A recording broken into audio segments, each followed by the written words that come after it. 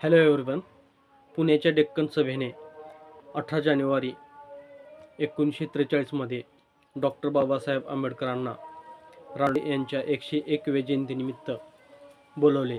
त्यात डॉक्टर बाबासाहेब आंबेडकर म्हणतात की महापुरुषांच्या जयंतीला केलेले भाषण हे प्रासंगिकच असते. पुढे त्यांच्या प्रस्तावनेमध्ये म्हणतात की मी गांधी आणि जिनांवरती टीका करणे हे माझे हव्यासापोटी किंवा माझ्या स्वहितासाठी नाही, तर मला टीका करून जे वास्तव राजकारणामध्ये जे उदासीनता आलेली आहे त्यासाठी मला बोलावंच लागेल. पुढे डॉक्टर बाबासाहेब आंबेडकर म्हणतात की माझे हितचिंतक, माझे निंदक मित्र म्हणतात की डॉक्टर बाबासाहेब आंबेडकरांचे भाषणे द्वेषपूर्ण असते, पण माझा यात काहीच वैयक्तिक स्वार्थ नाही. म्हणून पुढे डॉक्टर बाबासाहेब आंबेडकर म्हणतात की मला कुठे ना कुठे मी तडजोड करण्याच्या तयारीत आहे, मी वाटाघाटीच्या तयारीत आहे. त्यासाठी मला बोलणे महत्त्वाचेच आहे.